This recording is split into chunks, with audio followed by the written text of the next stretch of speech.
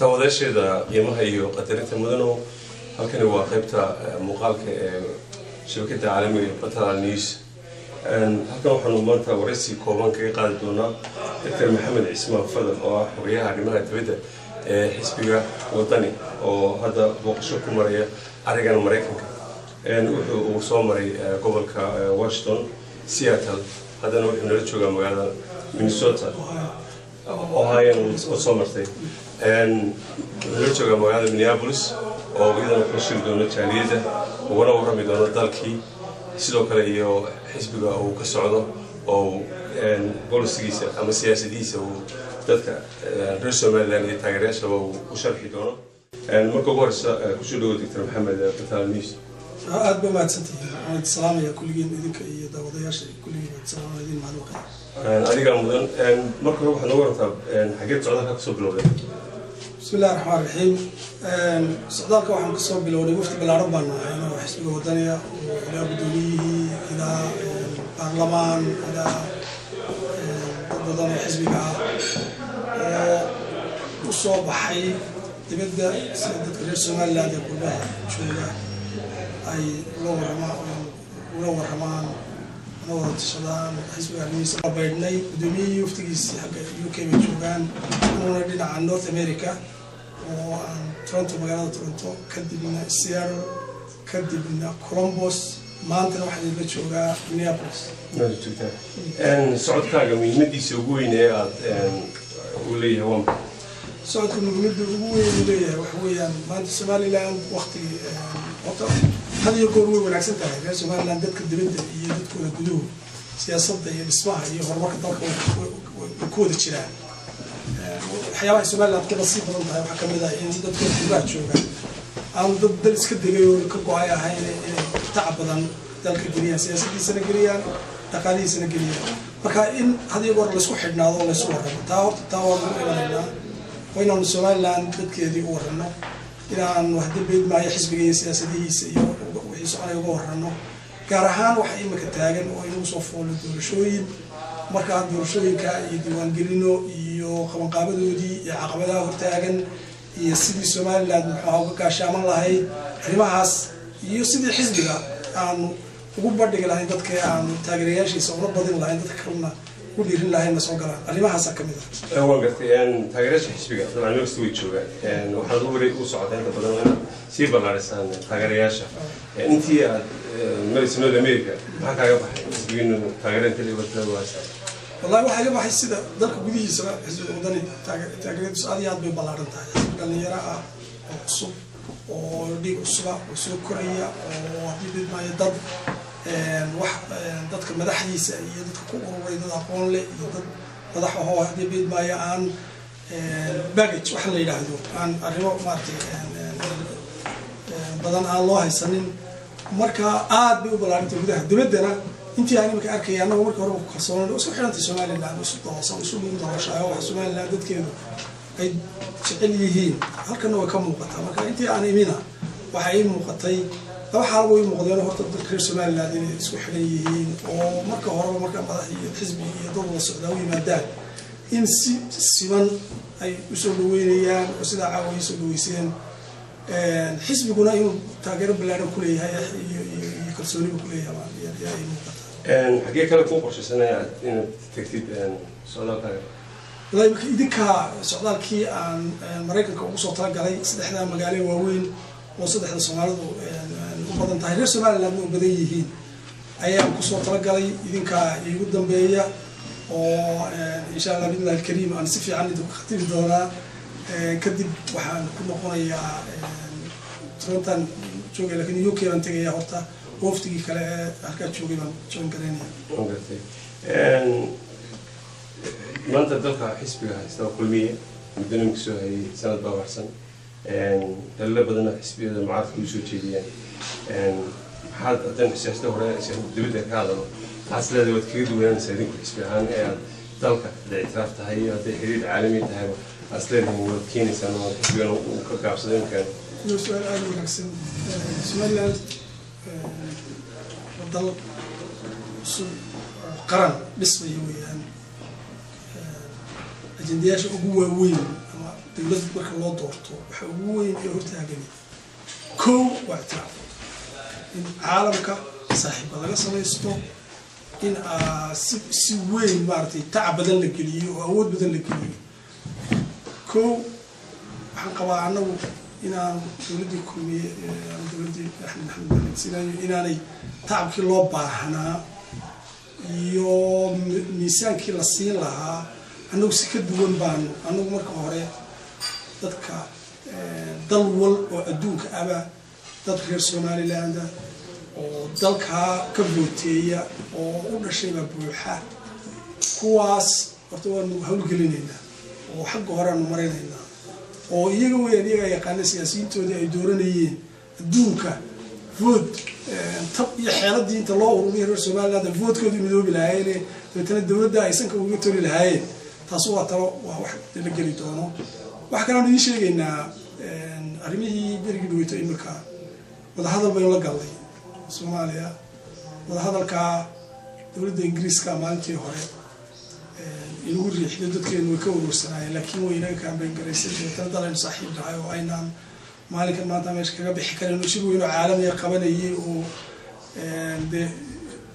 magac iyo maartay ku qaatay ana isu keenay buu ahaa oo inuu aqbalay si waliba sharciga u bedelay oo ay wala tagi karaa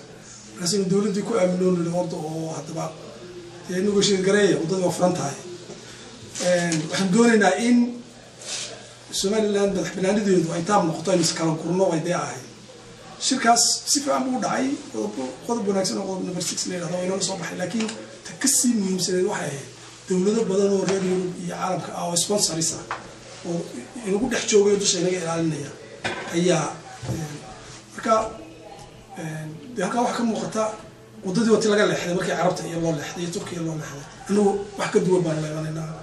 تاسوات هذا الكودي جنون والعسكريين طبعا إن شاء الله كل الكريم. المسألة هي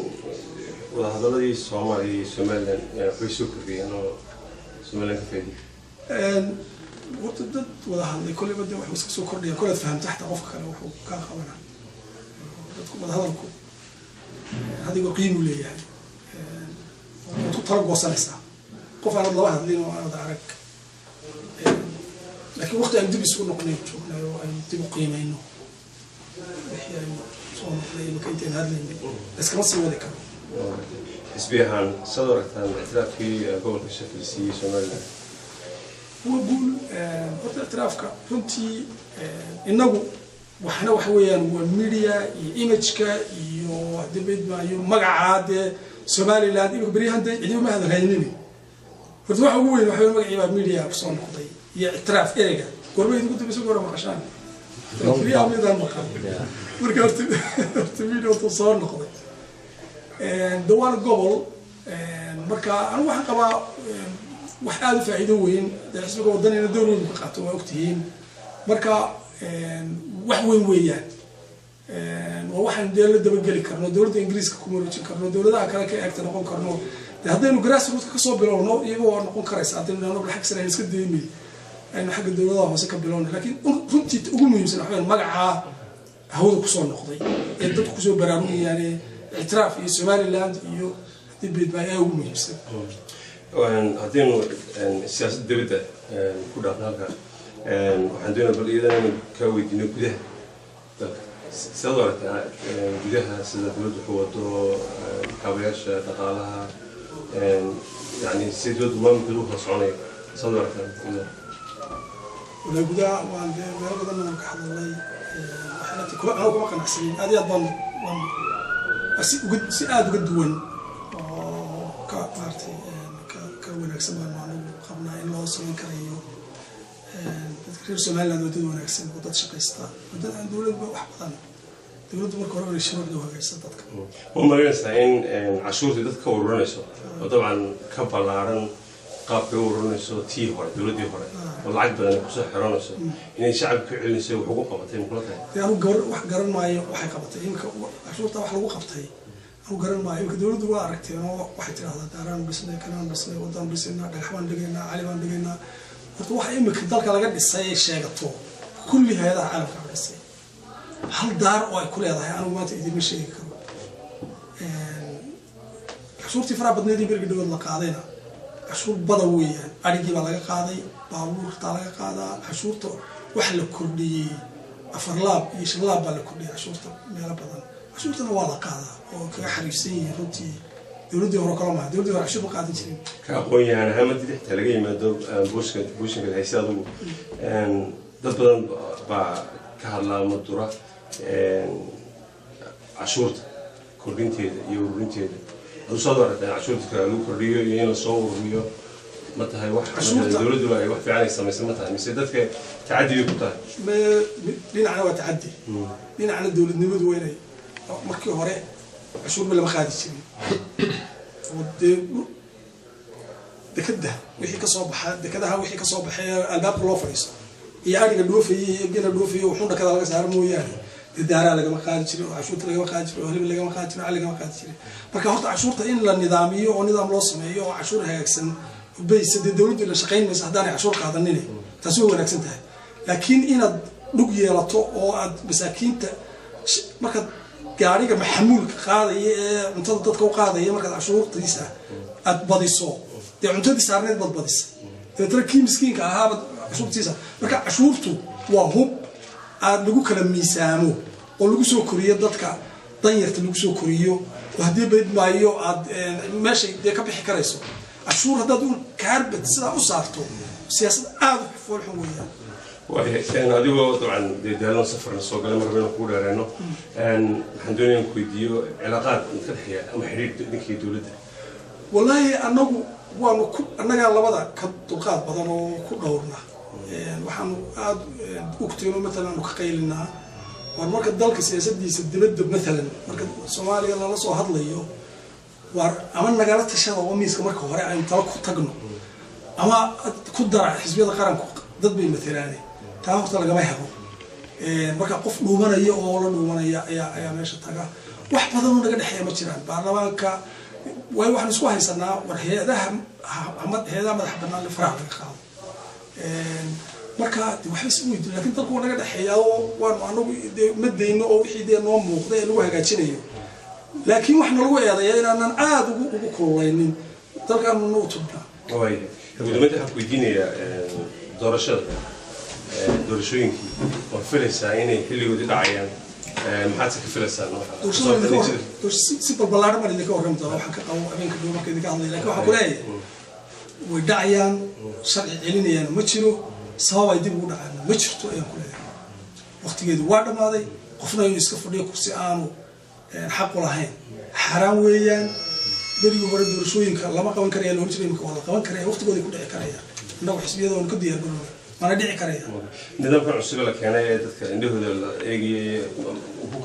ku qanacsantiin annaga wasameeyay annaga saddexda xisbi iyo komishanka iyo abibka dowladdu nagala qayb gashay waan dooranay waxaan u dooranay dhawayaasha ma aha kan kale ee la maydhaamay ee la barbar eriyay ma aha kan waa kii si rasmi ah oo cilmi baan uga shaqeynay anagoo saddexda xisbi isku dhaniyay oo guddi aan nahay district committee la yiraahdo waxaan u dooranay ka isha la sameeyo way Dr. Maxamed Ismaan Fadal xogayaha arrimaha dibadda ee xisbiga wadani aad baad ugu mahadsantahay in waqtigan siisay aad baad ugu mahadsantahay inaad chance ka siiseen waan salaamaya dadka